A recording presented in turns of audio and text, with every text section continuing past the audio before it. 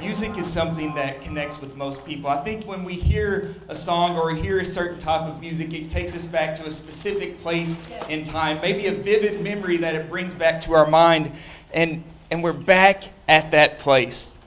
I think even though music is universal, meaning it connects with a lot of people, there's still individual styles of music that connect with us as individuals.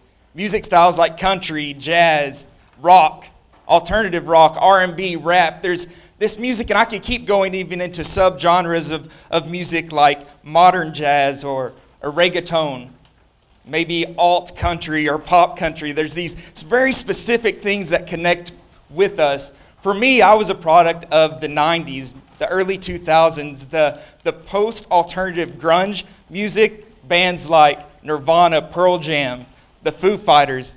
That was me. That was what I connected with. But when I look back and I look at the other people around me from that time, I had a friend that was raised in very similar circumstances that I was, a family that looked a lot like mine, but his taste in music was completely different.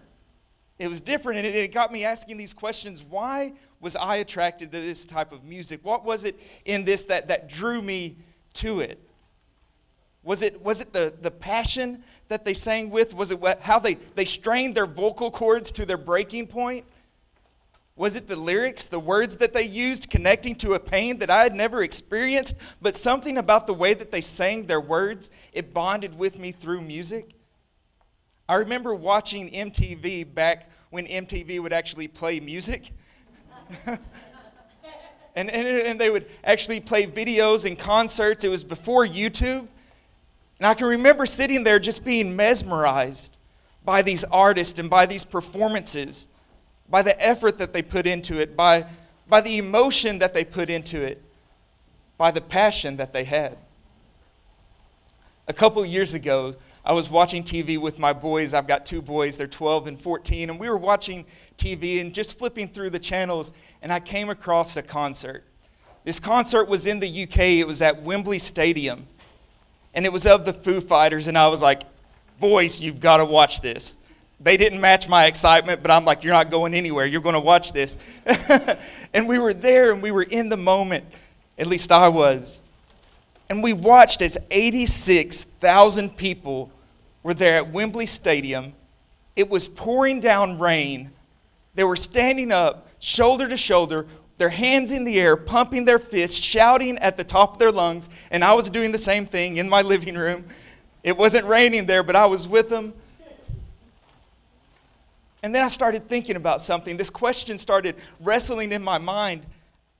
How do we tap into that? Like, how do you connect with that passion? Is it even possible? Can you take that passion? Can you contain it? Can you push it on purpose towards something good? And then if you're even tapping into passion on purpose, does it lose the attraction that has when it happens naturally? Because people are attracted to passion. People are attracted to passion, and passion leads to something else that we as humans are attracted to, which is excellence. We love to experience something that's excellent. And when you can line those two things up together, passion and excellence, amazing things happen. We can look at it in sports when we see the Yukon Huskies, the lady basketball team who right now have won 5 straight national championships, a 111-game winning streak. That's amazing. We look at businesses, companies like Apple, who continue to push innovation in their industries. We see bands that come out with albums like the Beatles, Sgt. Pepper's Lonely Hearts Club Band, that completely changes the way that we view music in a time. It changes everything when passion and excellence comes together.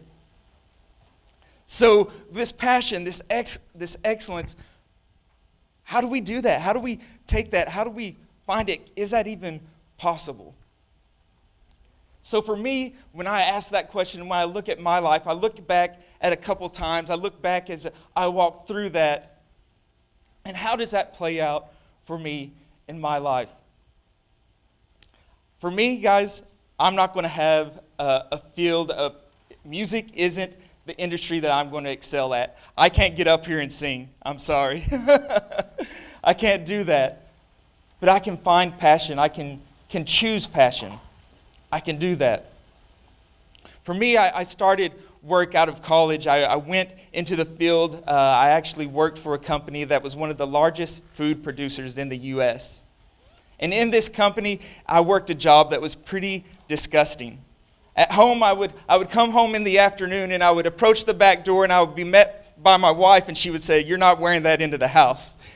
You got to take that off. You got to change outside." And I won't go into the gross details of what we did at this plant, but what we did is the animal would come in live, and by the time it would leave my area, it would be ready for further produce, which means it would go and it would get cooked, or it would be sent out for consumption. That was what we did. We took raw materials and we turned it out for consumption. I excelled at this position. Was it because I loved what I did? Not at all.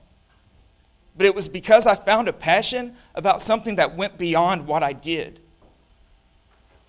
I found out pretty quick as I got into this job, as I got into this field, that if I wanted to take what success looked like in this area, I was going to have to leave something else behind that I was passionate about. I was going to have to shift my passion. I wasn't willing to do that. I wasn't willing to let go of the passion that I had for my family. So that led me to make a decision to leave that world, to leave that job. And I went to work for a family-owned business, and I didn't let money or promotion become a passion. Because here's what I believe. I believe that your passion can be misplaced. Your passion can be misplaced, and when your passion is misplaced, it's going to paralyze areas of your life. And the thing about it is you get to choose that. You get to choose in that moment where your passion is going to be. Am I going to allow this thing to come in and take my passion and now be the area of my focus? You get to choose it. So I chose to go to work for a company, a wholesale company, a family-owned company, as an inside salesman.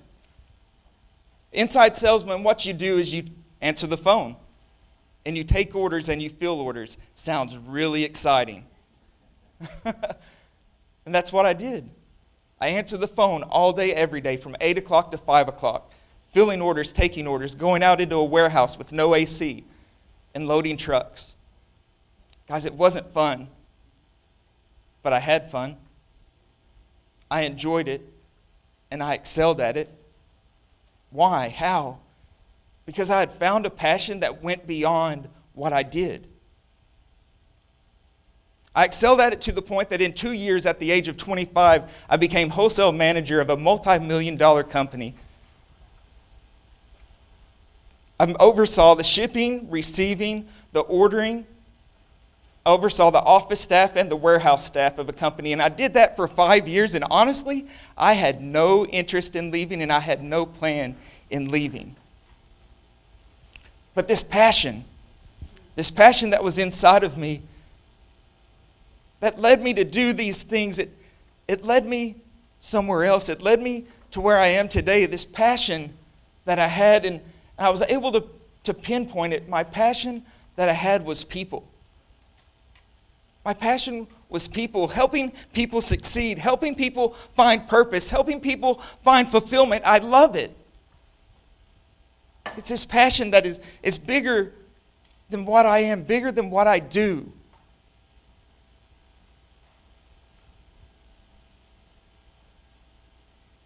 As I look back,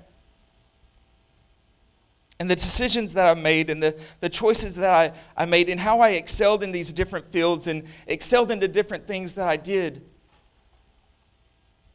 it wasn't about me. It was never about me. It was about how I could put others first. And how if I had a passion for others and I put them first, people are looking for passion. People are attracted to passion. They're looking for people to say, hey, do you really believe in what you're saying? People are looking for someone to be passionate about them. Do you see me? Do you care for me? They're looking for that passion. And this is a world where we're looking for things to be passionate about, but a lot of times we're missing that driving force behind it. So now I get to serve as a pastor of a church. I interact with people every day of my life. With that title, with that role, there comes some expectations. Some of those expectations are really good. Some of those expectations stink. That's a nice way to put it. But it comes with some expectations. But here's what I've found in my life. If I keep my passions where they need to be, if I keep my focus where they need to be, I will live a life of purpose. I think truly at our core, that's what we all want, right? We want a life of purpose. We want a life that means something.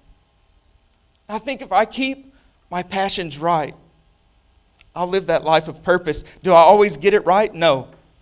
Did I always get it right? No. Sometimes I get distracted. Sometimes other things come up in life and it pulls my attention away. It pulls my focus away from where it needs to be. But in that moment, I have to catch myself. I have to correct myself. And if I will turn that focus back to where it needs to be, here's the amazing thing.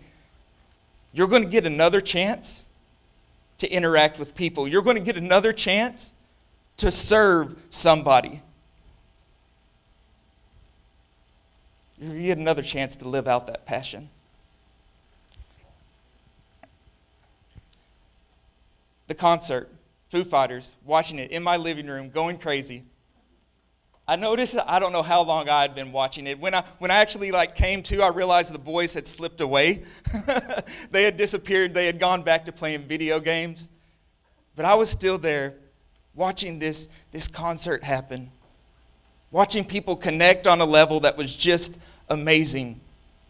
And at the end of the concert, the Foo Fighters, they sang one of my favorite songs, The Best of You. The Best of You. And when I heard that song, and when I still hear that song today, it makes me ask the question, who's getting the best of me? Who's getting the best of me? Where are my passions? So I want to ask you that question today. Who's getting the best of you? Where are your passions? I received my passions from the greatest man who ever walked on the earth. It was Jesus. And these are the words that he said, love the Lord your God and love your neighbor as yourself. I choose to be passionate about serving God, and I choose to be passionate about serving others. I believe that is where I'll find my purpose, where I'll find fulfillment. I believe that's where you can find purpose and fulfillment. So today, what's getting the best of us? What's getting the best of you? I want to challenge you, choose your passion. Choose your passion. Make a difference in somebody's life and make a difference in somebody's world. Thank you so much.